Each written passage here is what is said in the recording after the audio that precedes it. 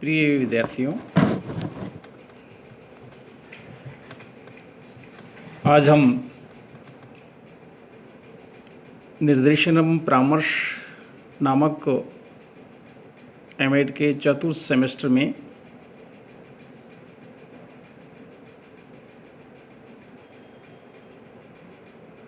तृतीय इकाई में एक बिंदु इंटरव्यू यानी साक्षात्कार, इस पर चर्चा करेंगे। साक्षात्कार एक निश्चित उद्देश्यों के साथ वार्तालाप है। दो व्यक्तियों के बीच में एक निश्चित बिंदु होगा। उस बिंदु पर दो व्यक्तियों के बीच के संवाद में जो विषय निष्पादित किए जाते हैं वो साक्षात्कार की रचना में होता है। हाँ, निश्चित बिंदु में जब दो व्यक्तियों के बीच में जब वार्ता होगी, उस वार्ता में बिंदु के साथ साक्षात्कार के जो चरण है उस चरण को ध्यान में रखते हुए संवाद किया जाएगा तो वो साक्षात्कार कहलाएगा। जैसे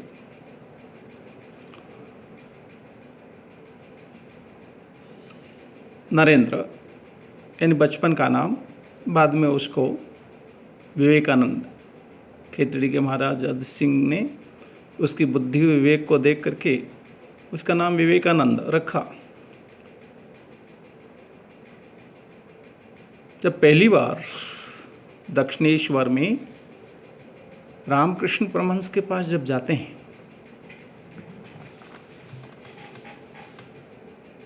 तो एक निश्चित बिंदु रहता है। उस बिंदु की अपेक्षा के साथ उस बिंदु की पुष्टि हो सके, उस बिंदु का हृदयात्मक स्पर्श हो सके, ऐसे भाव और विचार को लेकर के नरेंद्र रामकृष्ण परमहंस के पास पहुंचते हैं। निश्चित बिंदु था, क्या आपने ईश्वर को देखा? ईश्वर,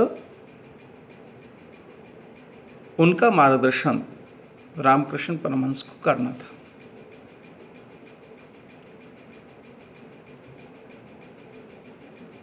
और वो सारा विषय उस केंद्रित विभिन्न प्रकार की क्रियाओं का निष्पादित करते हुए, चरणों को स्पर्श करते हुए, साक्षात के मापदंडों की अनुपालना करते हुए रामकृष्ण परमहंस नरेंद्र के इस विषय में जितनी गहराई है उसका अनुभव करते हुए और अपनी बात को निष्पादित करते हैं। यानी सीधे शब्दों में हम कहें तो निश्चित बिंदु पर दो व्यक्तियों के बीच में चलने वाले संवाद को हमने साक्षात्कार कहा है।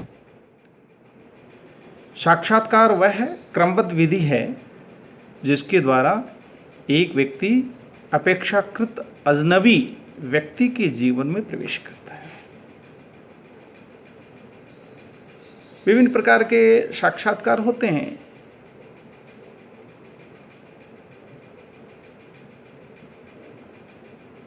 किसी को नियुक्ति के संबंध में साक्षात्कार होता है, तो किसी के वरिष्ठ पाठ्यक्रम में प्रवेश हेतु उसका साक्षात्कार लिया जाता है। किसी को विभिन्न प्रकार की व्यवस्थाओं की दृष्टि से भी कई बार इस प्रकार की वार्ता होती है। यानी जब किसी के जीवन में किस विषय की कितनी गहराई तक जानकारी रखते हैं, उसकी जानकारी लेने के लिए उसके साथ वार्ता करना। जब रामकृष्ण परमहंस नरेंद्र के जीवन में प्रविष्ट करने के लिए, नरेंद्र की आध्यात्मिक शक्तियों को स्पर्श करने के लिए या बोध करने के लिए कहाँ तक उसकी उस विषय के प्रति अनुराग है, अपनापन है, इसको जानने के लिए बिल्कुल अजनबी व्यक्ति, नरेंद्र अजनबी, लॉ की दृष्टि से, रामकृष्ण परमहंस की दृष्टि से तो नरेंद्र बहुत पूर्व से परिचित हैं, ऐसा रामकृष्ण परमहंस का मानना है। किंतु उसके जीवन में अजनबी को अपना बनाते हुए, मैंने तुमको ही ढूंढ रहा था, ऐसे अपनापन देते हुए, साक्षात्कार के भी यही स्टेप्स होते हैं। साक्षात्कार लेने वाला व्यक्ति, सामने वालों ऐसा लगता है कि ये तो अपने को अपना जैसा सहज रूप से अपना स्नेह दे रहा है, अपनापन दे रहा है, जिसके कारण से उसके उस विषय की गहराई कितनी है, उस विषय की समझ कितनी है, उस विषय के प्रति उसका कितना अद्यतन है, उसकी समग्र जानकारी व्यक्त कर सके, ऐसा क्लाइमेट साक्षात्कार में किया जाता है। वही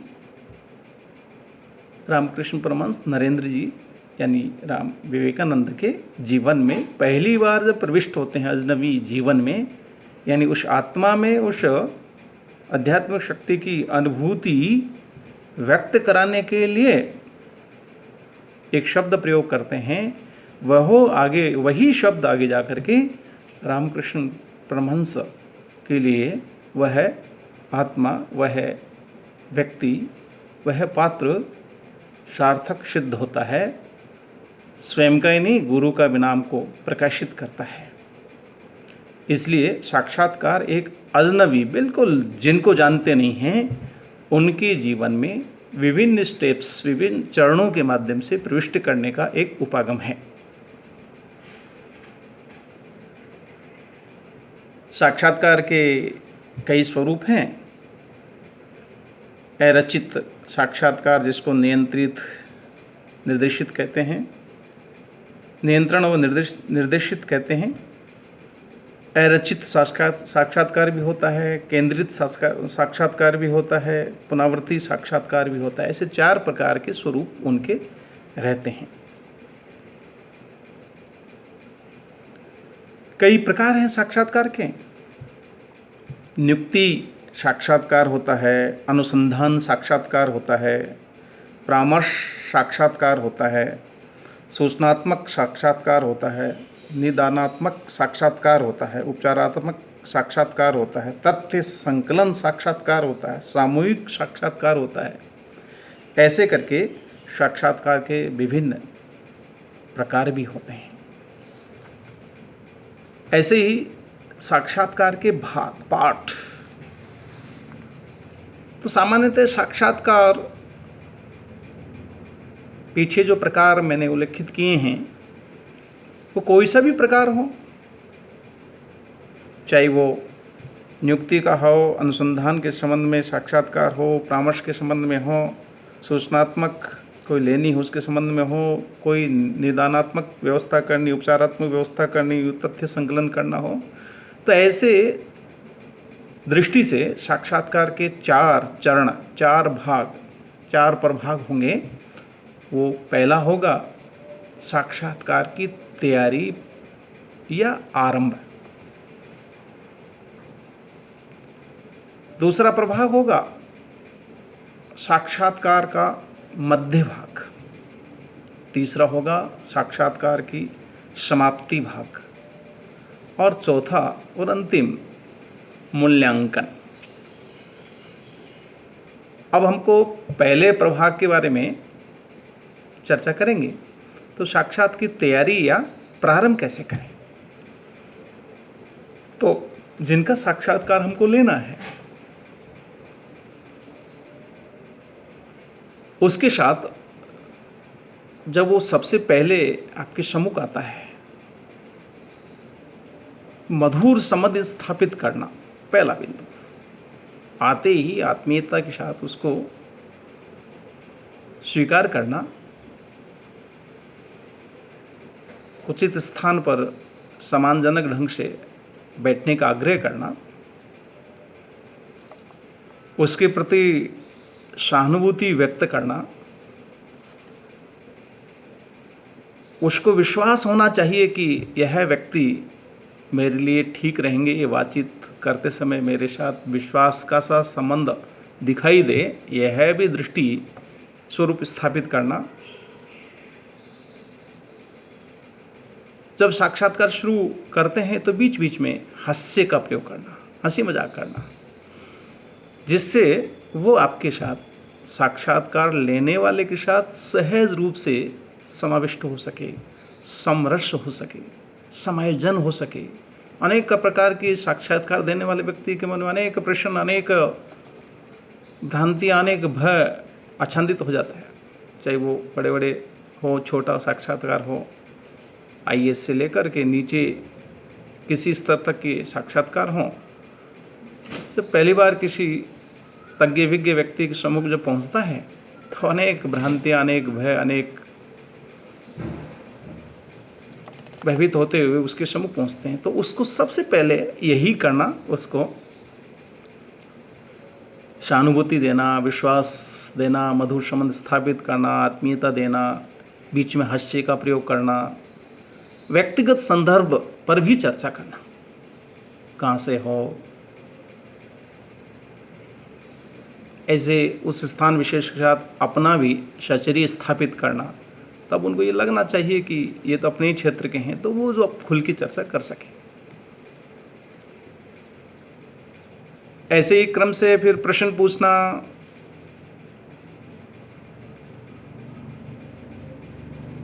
बीच बीच में प्रश्नों के जब उत्तर देते हैं तो आश्चर्य व्यक्त करना, यानी आप जो उत्तर दे रहे हैं तो अपने को अनजान बन जाता, हाँ मैं तो इसके बारे में बहुत ज़्यादा नहीं जानता हूँ, ताकि वो खुल की बोल सके।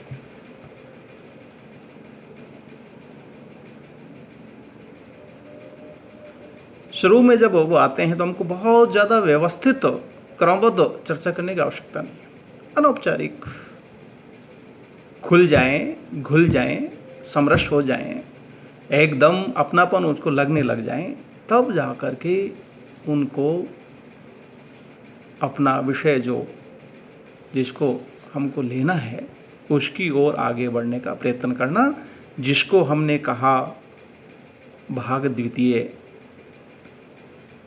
भाग जो है वो है मध्य का, साक्षात्कार का मध्य भाग है। अब जब साक्षात्कार का मध्य भाग शुरू करते हैं तो प्रेरक प्रश्नों का उपयोग करना,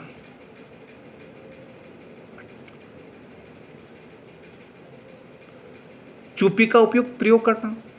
कभी आपने प्रश्न पूछा और बीच में स्तब्ध हो जाना, अगले को यह लगना चाहिए कि क्या पूछने वाले होंगे, क्या पूछ सकते हैं। इस प्रकार की जब मनस्थिति बनती है तो वो उस जिज्ञासाओं में से समग्र बुद्धि, समग्र चिंतन साक्षात्कार लेने वाले व्यक्ति पर केंद्रित करता है। और ऐसी स्थिति में जब समग्र ध्यान साक्षात्कार लेने वाले व्यक्ति पर केंद्रित हो जाता है तो वो अपने विषय के साथ बना रहता है। सीमित सूचनाओं को भी पूछना, बहुत ज़्यादा विस्तार से मध्य भाग में सूचनाओं को नहीं पूछना। बहुत संक्षिप्त तो आवश्यक सूचनाएं हो तो पूछना, अन्यथा आगे बढ़ना। प्रार्थी के दृष्टिकोण को समझना।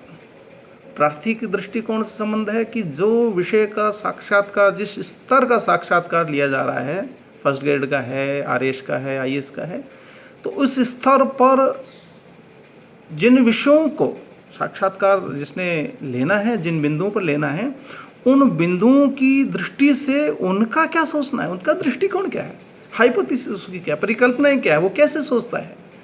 ऐसे फ्री हैंड उसको कुछ बिंदु देना, उस पर उसकी प्रतिक्रियाएं लेना। साक्षात्कार पर नियंत्रण रखना, ये ध्यान जरूर रखना। जो प्रारंभ करते समय अनौपचारिक जितने जो विषय होते हैं उसको स्पर्श कम करना।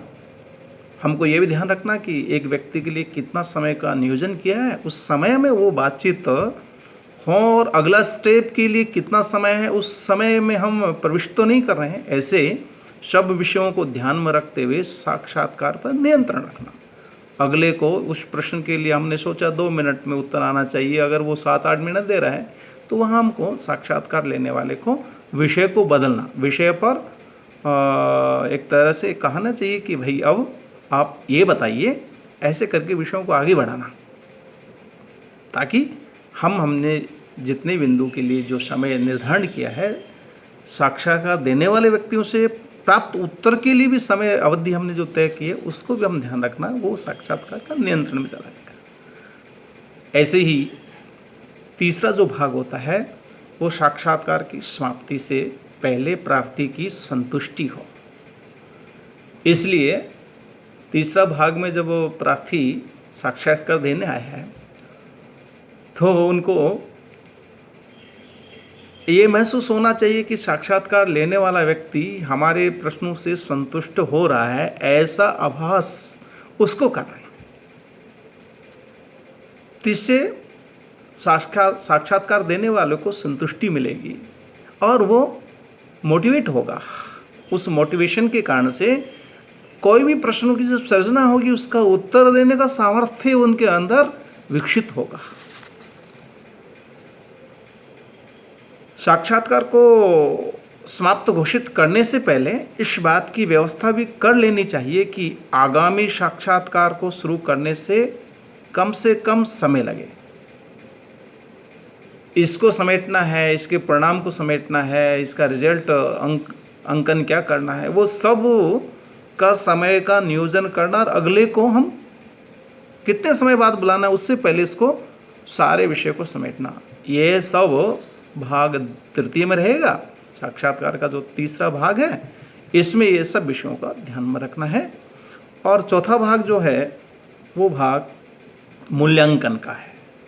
उत्तर साक्षात्कार चरण तय होना चाहिए, यानी पहले में अनौपचारिक बातचीत करते हुए, दूसरे में विषय की ओर लेना, विषय को समेटना, तीसरे में, चौथे में समेटते हुए उस सारे साक्षात्कार के वार्ता के अंदर विषयगत बिंदु जो तय थे, उन बिंदुओं की दृष्टि से साक्षात्कार देने वाले व्यक्तियों का परिणाम क्या रहने वाला है, अंकन क्या रहने वाला है, वह भी खोपड़ी में स्थापित साक्षात्कार लेने वाले के मस्तिष्क में हो जाना चाहिए, जिससे उसके परिणाम, उत्तर साक्षात्कार उसका आ सके, यानी उसका उत्तर सुनिश्चित हो सके, इसके परिणाम सुनिश्चित हो सके। वो परिणाम संबंधित व्यक्ति, अगला साक्षात्कार देने आने वाले व्यक्ति से पहले उसका निर्धारण हो जाए और वो विषय पूर्ण समाप्त हो जाए, ताकि हम अगले विषय में पूर्व वाली पूर्तियाँ नहीं करनी पड़े, उस पर हमारी समय, शक्ति, बुद्धि, कौशल्य नहीं लगे। वो सारी ऊर्जा, सारी योजना, सारी रचना अगले साक्षात्कार प्रदत्त करने वाले व्यक्ति पर लग सके। उस दृष्टि से हमको मूल्यांकन में सारे विषयों को समेटते हुए साक्षात्कार पूर्ण करना चाहिए। इतना सा विषय साक्षात्कार की दृष्टि से आपके सामने रखना मुझे लगा ठीक है। धन्यवाद।